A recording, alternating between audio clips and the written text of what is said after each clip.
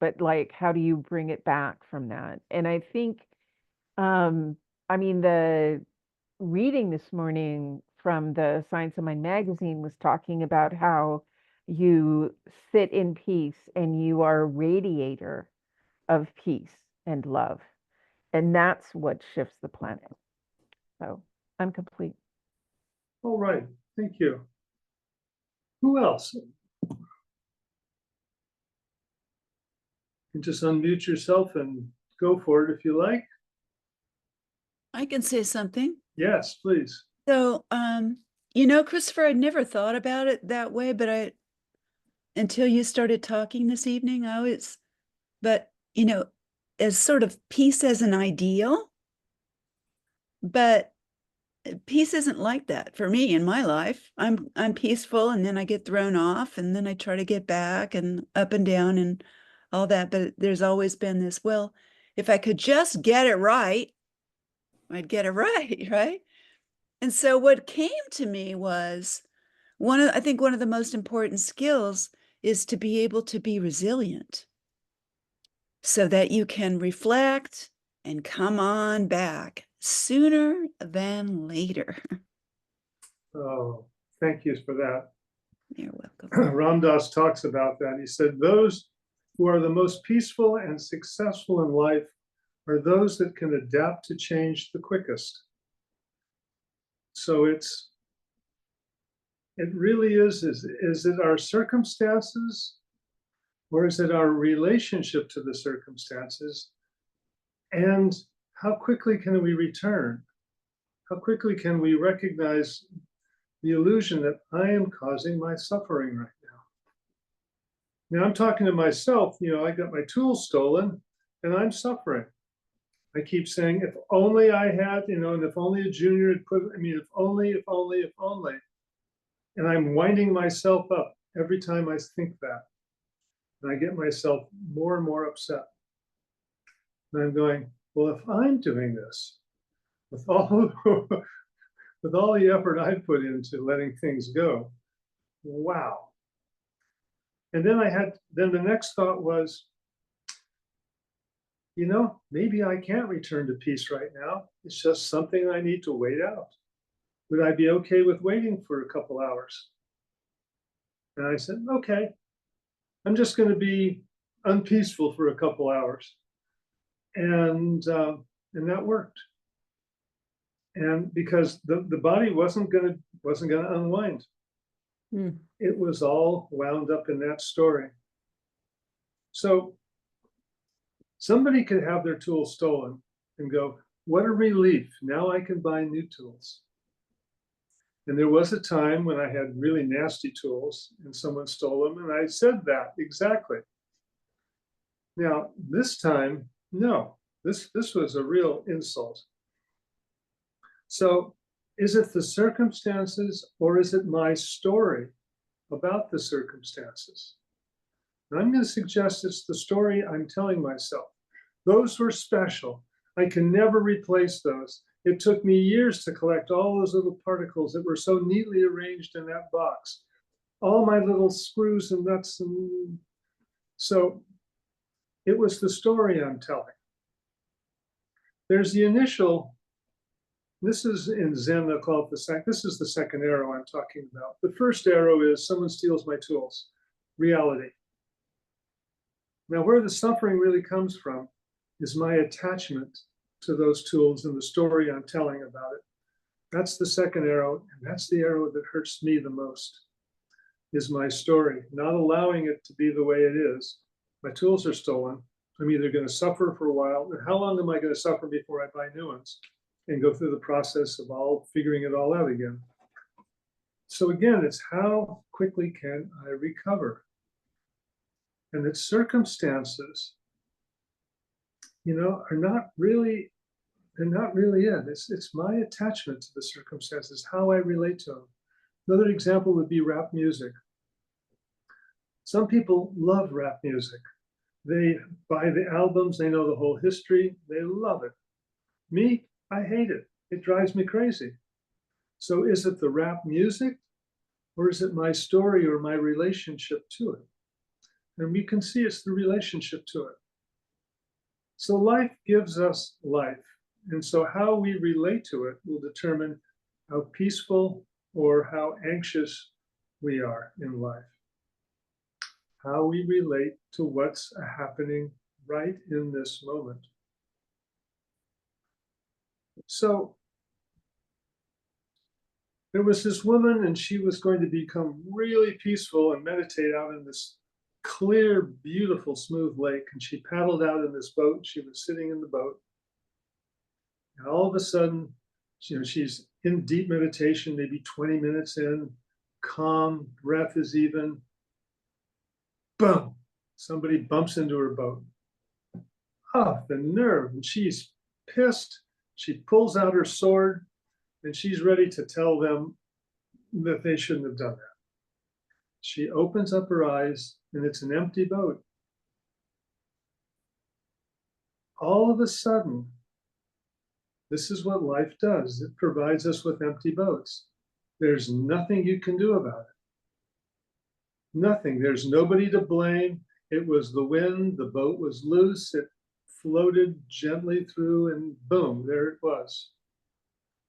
So it's interesting that we tend not to fight as much against nature as we do against other people.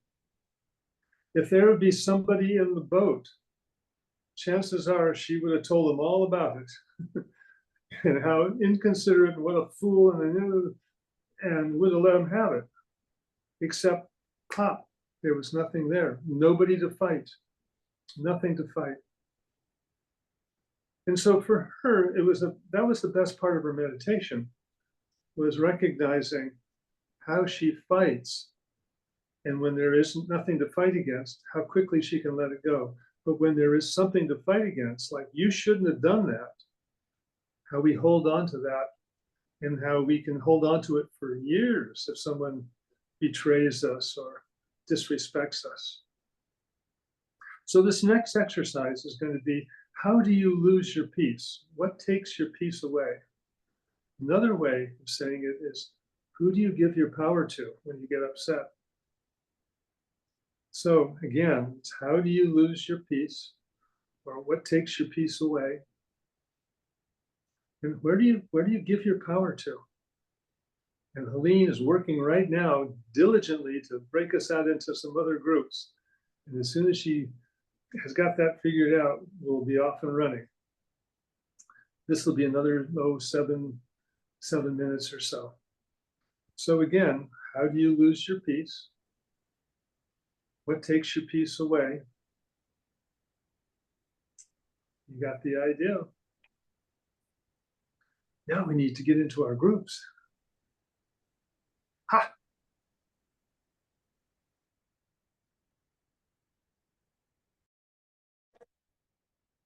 So those who want to speak, unmute yourself and thank your wonderful partner.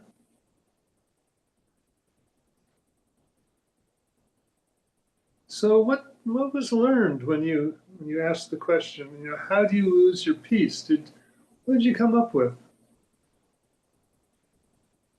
Who'd like to begin? Remember, when you say something, Freya, everybody's listening and is interested in what you have to say. But you know that. I'm trying to learn how to be creative when I can get angry at myself for not doing what I say I'm going to do, or if I lose something or whatever. And I get quiet and I get creative about and let things come to me. And it's that's one thing. That's good enough. Thank you. Thank you. All righty. Who else? I think with our group, it was a matter of letting go and letting God. And we're all feeling good about that. I'm complete. All right. Thank you, Dorothy. And I was in that group too. And I think for me, just making realistic expectations in a day. So, less is better. Yeah.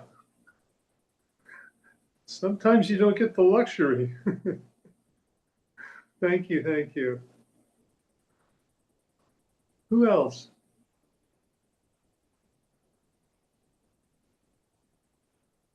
So I wanted to say I was in a group with Christopher, and he recommended that I bring this up. One of the things that makes me lose my peace that's really difficult is when someone disrespects me or someone really disrespects someone else and bullies them. It's really painful. And, I'm also often just astounded. I'm in shock a little bit. Wow, the impact of that. It's just difficult. So I'm wondering if anybody has some really good ideas on how to deal with the dilemma. Mm-hmm. Thank you, Alice. Yeah. Okay. Who else before we move on? This is your chance to be vulnerable. Well, in response to what Alice just said, I think it's important to kind of plan ahead for disrespect or for losing things or theft or, catastrophe, just to accept that that's part of our reality and Yeah. that it may visit you sometime. I think it will visit all of us sometime. Yeah. Thank you for that. Is actually being prepared that this is, this is the way life moves. And I wish it was different, but it's not.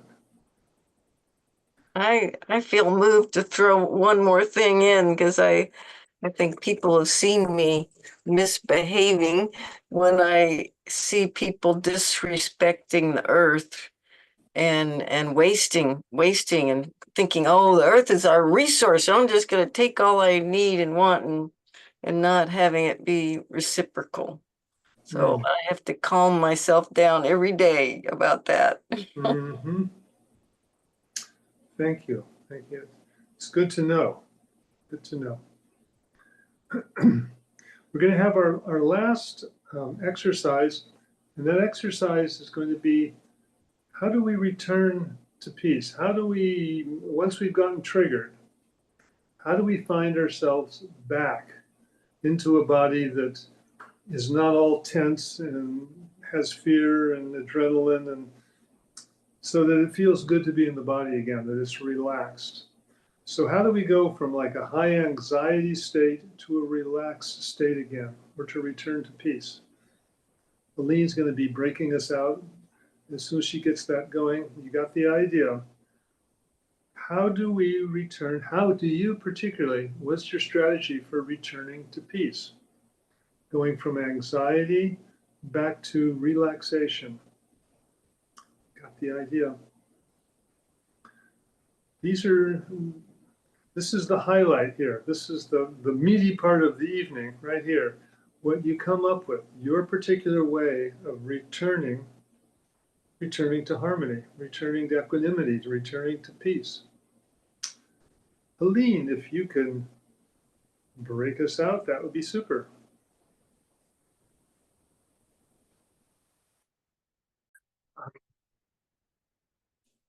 Freya has something to share from our group. The last thing I said was I I I was raised on heaven and hell, and you're supposed to always have heaven. But lately I'm giving up on the idea that I'm supposed to feel good all the time. And it's this miracle for me. Thank you so much. Judith, would you say something too? Oh, you unmute yourself. I am so grateful for after I said what I said was that I had some anxiety about my trip back to see my brother, and some other family members too, and I had some anxiety. So I got reinforced by Dorothy and uh, my other wonderful partner, TC, to remember the reason for the trip. It's to have a good time, but it's also to healing. I had not thought of that word. So I had this opportunity and I got to hear it, and that word has gone in. So that's going to be an intent, remembering who comes with me, spirit, and know that I have a purpose. I'm not just visiting. There's some purpose for some healing that could take place. So I'm grateful for that. Alrighty. Thank you. Yeah. And Judith Roberts. Yeah, they're Judith.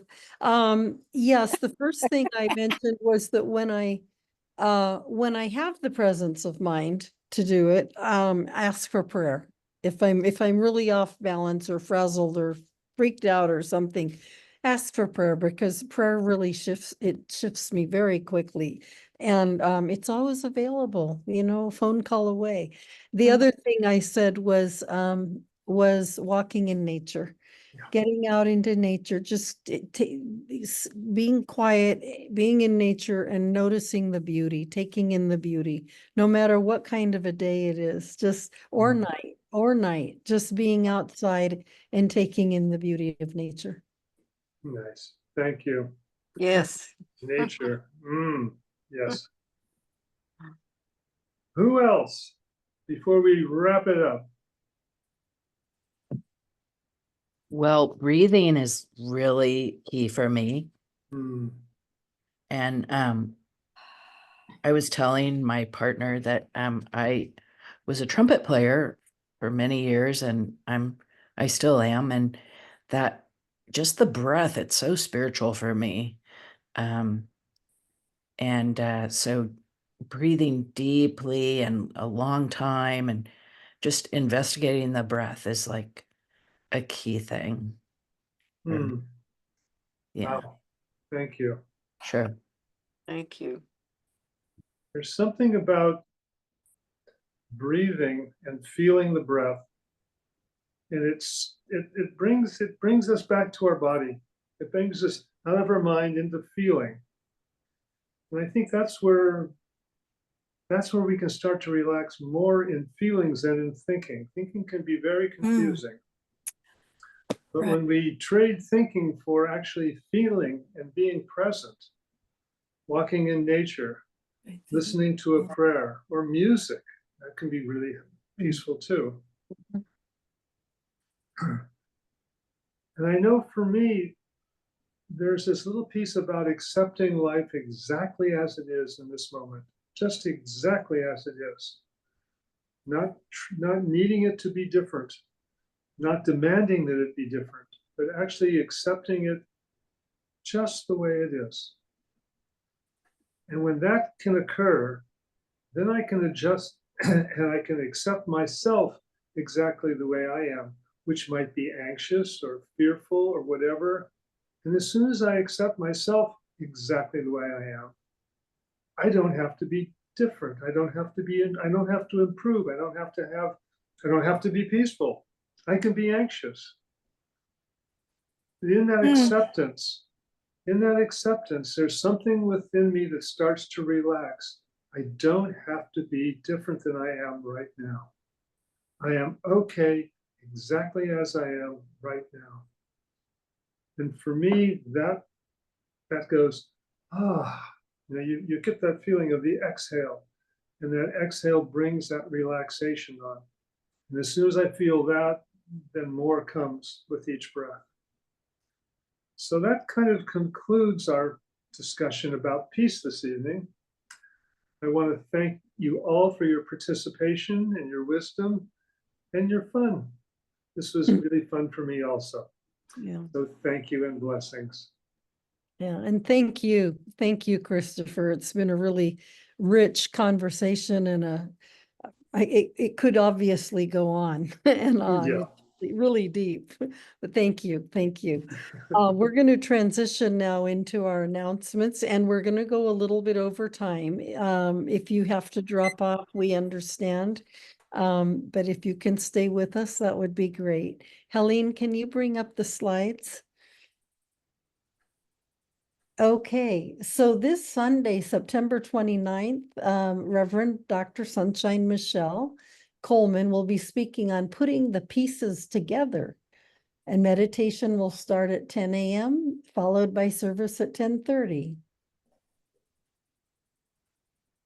And Wednesday next, Megan Lemon Ross, who is one of our practitioners, will be here in the Oasis for a deeper conversation on the same topic, putting the pieces together. And as with every Wednesday, meditation will be at 6:30 and service will begin at 7. And it will be available on Zoom as we are tonight. So you can go to the oaklandcsl.org link and click on the Zoom link. And then you can join us for our 2024 daily community spiritual practice using the Abundance Book by John Randolph Price. We're on the 29th day of the program today using the 9th affirmation in the book. So you can follow along daily in the order that the affirmations appear, and the book is available in our bookstore. On Friday, this coming Friday, the Diversity Circle will be meeting via Zoom, and the topic is Black Cowboys in America, a little known history. So you can visit oaklandcsl.org and select groups for more information on that. And that'll be hosted by Sri Devi and Doug. And next we have the Women's Spiritual Empowerment Group is back again, starting a 4-week series, September 29th. So please sign up on the groups page at oaklandcsl.org. And then on October 5th, Saturday, you can join us at the Alameda Pride Festival at Chochenyo Park in Alameda. OCSL will have a booth and we need volunteers. So please contact Linda Wyman at the bookstore. Oh, at bookstore, oaklandcsl.org, or Sam LaDion at oaklandcsl.org if you would like to volunteer. And then join the growing movement of My Election Intention, 100 Days of Mindful Practice, July 28th through November 4th. Tune out fear, tune in vision with 10 somatic healing principles based on the book, What It Takes to Heal by Prentice Hemphill. And you can join by texting this number, 470-784-0250, to hear daily inspirational audio messages. I've done this and I get a message every day at 7 a.m. And you can either just read the text of them or you can hear the message being given by a different minister each week from a different center. I mean, each day from a different center. So it's actually very nice. Okay, we can go to the next one. Join our chair dedication campaign. Create your own plate inscription that will go on the back of a chair in our sanctuary or social hall. There are 4 levels to choose from: platinum, gold, silver, and bronze. And they have different number of lines that you can put on depending on which one you choose. And you can include yourself, family, friends, ancestors, or organizations in your dedication, or share lines with someone else to reduce the costs. Go to oaklandcsl.org events page to place your order. So this is a fundraiser for the center and it's a very nice one. Okay, let's go to the next one. So we are kicking off our online silent auction with 32 auctions. It's the name of the organization hosting it. And it starts Friday, September 27th and runs through the 29th of October. We welcome your donations of products and services, and we welcome your bids for the great items that will be available online. It's a lot of fun for our community. Please visit oaklandcsl.org events page for more information. was very fun and successful last year. So our nonprofit partner for September is RISE, the Rural India Student Education Foundation.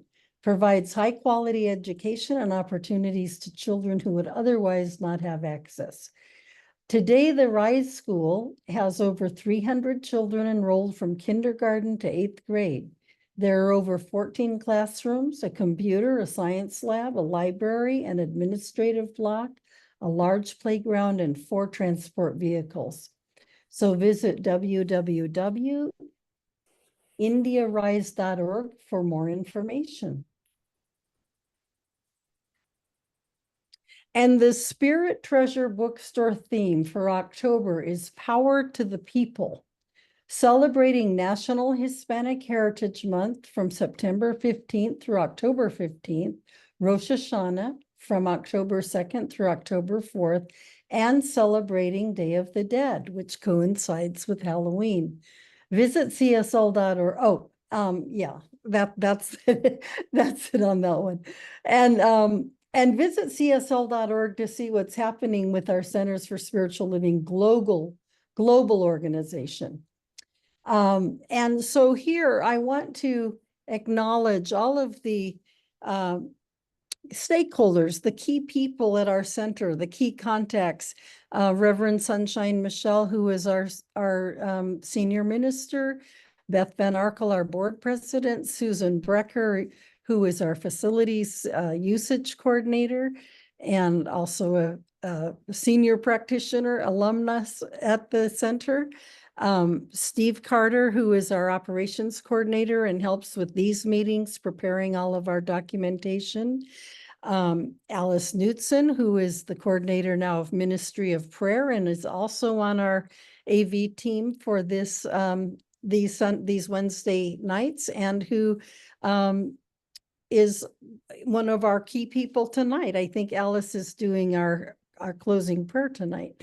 And Dal Becker, who's our bookkeeper. I want to just give a shout out to all of them and thank them for all the great work they're doing. And in that spirit of gratitude, we're moving into our time of joyous giving. Why don't you just say with me, have yourself muted, but say with me this affirmation.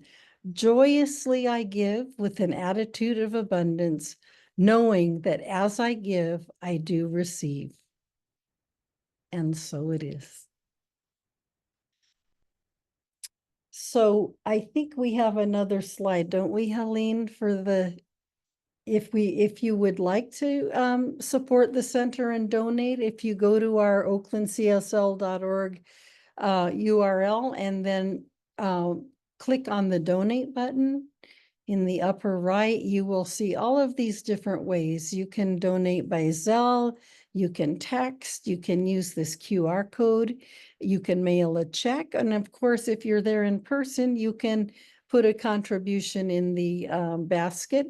You can also do a tithe that is a monthly tithe that will just happen automatically every month. That's another way that and that gives us a way to kind of budget and predict our funds that are coming in. So thank you for anything you offer. It's very much welcome, and thank you all for participating tonight.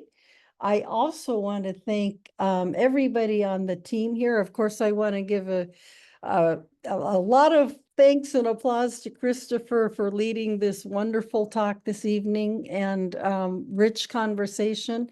It was really interesting, stimulating, and inspiring, Christopher.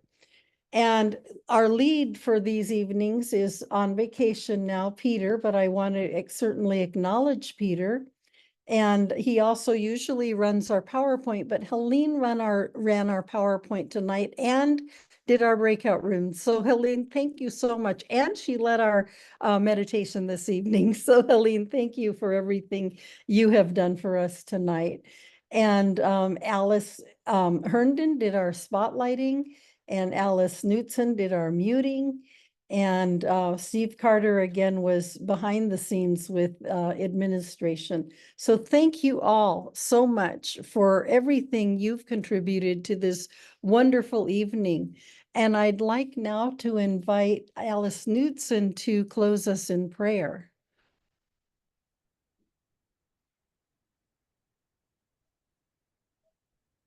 You're muted, I think.